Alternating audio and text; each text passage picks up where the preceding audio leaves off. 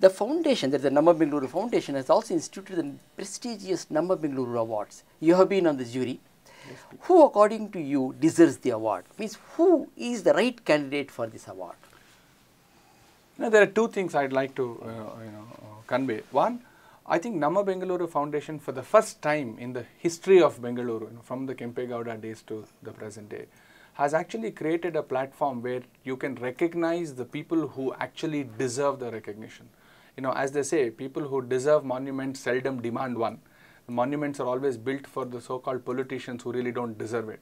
And therefore, it is because the deserving really does not demand for recognition. Namma Bengaluru Awards actually gives that platform where the really deserving candidate gets the award, not because of hobnobbing or political pressures, etc., but by a true, fair and transparent process of nomination. The more number of nominations for you, the greater your chances of getting an award. And it is also not just the oligarchy which sets in. In a democratic system, you can actually have a scenario where you have enough people to support your cause and you have an award. You have a very credible jury, a jury consisting of people from extremely varied interests and backgrounds, people very senior to people who are young. I think the demography of the jury is such that it actually transcends the demography of the country itself. And that jury really ensures that the truly deserving candidate, the truly genuine candidate gets the award. If you look at the events that transpired over the last couple of awards that were given, it truly went to the people who have really worked through, and it's really not a scenario that I have got in today and got the award tomorrow and I have got out the day after. People who have worked through, people who have actually denoted that they could, with very little backing of the system, with very little monetary backing, create a change in the society, create a change in the city. I think those are the people who have gotten the award. In my view, if I should really concisely put it, people who deserve this award are people who otherwise are not anyway in public domain, people who have not otherwise got 20 other recognition. I really genuinely believe that there is no point in giving the 21st award to a person who has already got 20 other recognitions. This award really must go to those people who have acted with their heart and their soul, created an impact in the society, and this really becomes a recognition which they well deserved.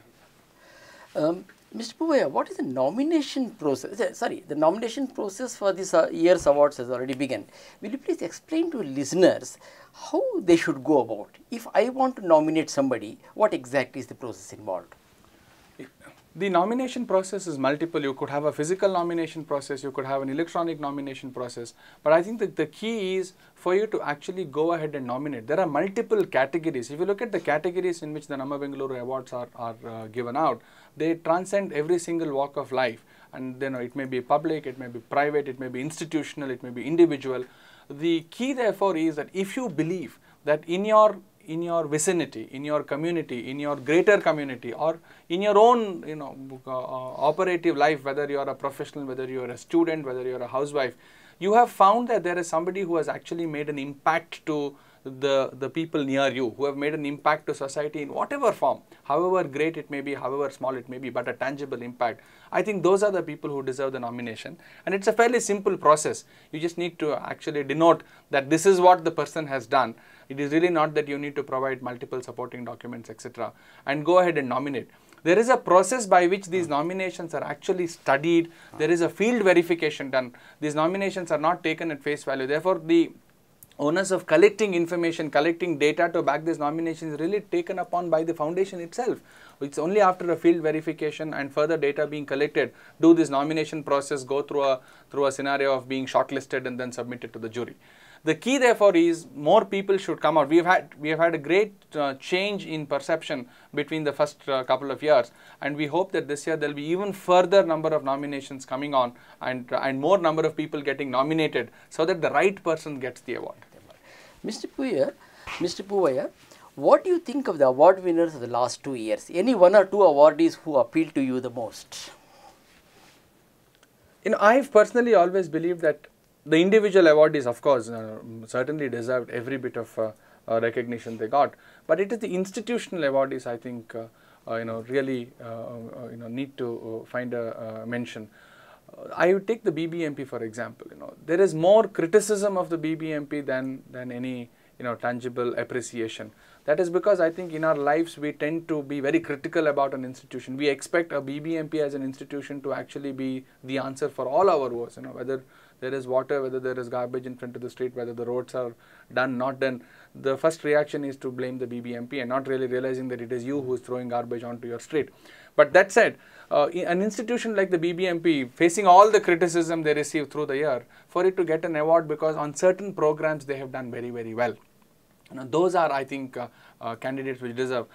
Transport, again, if you look at transport in Bangalore, yes, we do have our problems, but if you look at how transport planning has occurred and how the Bangalore transport system has actually changed, I think every Bangalorean who has lived here over the last 2.5 decades will see that we have actually gone miles. If what we have achieved on Bangalore urban transport is replicated into many other systems, I think our city will be a glorious one. So those are examples I would take as truly deserving candidates, because some of these institutions we see, despite the system inadequacies, despite the political and the bureaucratic process being what it is, really go ahead and make the change. They don't have to. Individuals may be driven by willpower, but these institutions are not. Institutions could just sit there and continue doing the minimum they will and survive in perpetuity. That's the benefit of an institution. But they have actually moved to make that change, and I think that's the recognition which Namma Bengaluru Foundation has given them. Mr. Puvaya, as chairman of FICCI Karnataka chapter, you acted as the government industry interface. How easy or difficult was it? To be very honest, not difficult at all, because I think we suffer from a perception to say that everybody in government is bad and at the same time everybody in industry is good. I think both are false statements. The industry has people who are good and a lot of people who are indifferent, and the government, I think, equally has tons of people who are indifferent or who can't care less. But there are a lot of people within the government who really want to make the change and really would like the partner with whom they can make this change. And therefore, when Mr. Chandrasekhar was the national president of FICCI, one of the things he brought out very clearly was to make sure that FICCI as an organization becomes younger, because rather than people who are 60 plus heading the organization and having, not that experience is of course very important, but I think fresh ideas are equally important. And when the average age of people who became office bearers became younger, Mr. Chandrasekhar, for example, was the youngest president FICCI ever had from 1926. Yes. And therefore, the Karnataka State Council also became a very young, vibrant body, and I had the opportunity, courtesy him, to chair the body for 3 years. One of the most interesting aspects was Karnataka was one of the few states in the country when FICCI put up a 5-point agenda for Bangalore development, and the 5-point agenda for Bangalore development was actually oriented from the philosophy of Namma Bengaluru Foundation itself. The government then, which had just come into power, gladly accepted that 5-point agenda, and 4 out of those 5-point agenda was actually implemented in successive budgets with further monies being given. Bangalore infrastructure development, for example, was one agenda, and we have seen that the budgetary allocation for Bangalore infrastructure development jumped to something like 12,000 crores in the very next budget. Therefore, my experience as the government industry interface was very positive. The benefit with Karnataka also is that, unlike many states, industry also is not the 3rd or 4th generation entrepreneurial industry. Industry entrepreneurs are also first generation entrepreneurs. Please look at Narayan Murthy, for example. They've built a behemoth and it is a first generation entrepreneurship. Therefore, their ideas were also to partner with the government and build further. And that worked very well. I would say, in my limited knowledge, that I think the industry government participation or partnership in Karnataka has been very, very successful. Of late, of course, we've had a bit of deviance in probably the way the political setup has functioned, but I think those are issues which will get sorted out, and we should not lose heart and push it further. Only worry is, when will it be sorted out? I know, absolutely. I think sometimes we don't really learn from our mistakes. Mr. Puvaya, what ails Bangalore? It is growing under its own weight. I think what ails Bangalore are the attitude of its people. We don't seem to care less for Bangalore. The attitude is that, yes, I rather build a private kingdom for myself and live in luxury than bother about what really happens next door.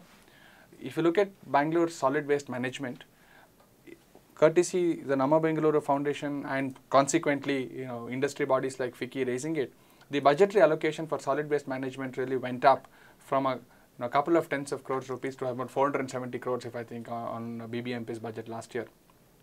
But that is really not the answer. The answer is, how do you, as a citizen of Bangalore, really deal with solid waste management yourself? We tend to actually give enormous priority to personal hygiene, and hygiene within our households, but actually take that dust and dump it straight outside our households and not bother about the hygiene of the community. That is what I think the need is for Bangalore to inculcate into itself, that is to inculcate into an average Bangalorean the sense and the prudence to say that this is a city in which I can make the change.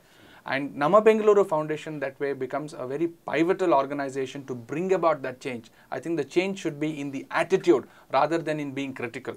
Today an average Bangalorean is simply critical about the way the system runs when he or she does not really introspect and decide what is that he or she can do for the system.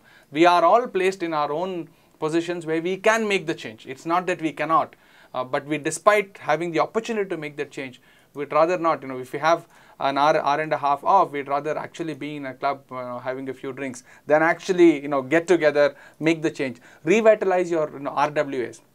Institutions and organizations like NBF will support the RWAs, but revitalization of RWAs have occurred only in peripheral areas of Bangalore. In certain, Koramangala is an example where revitalization has occurred, but you have much larger areas, much more older areas of Bangalore where RWAs are non-existent. That is, I think, what ails Bangalore. Well said, Mr. Puvaya.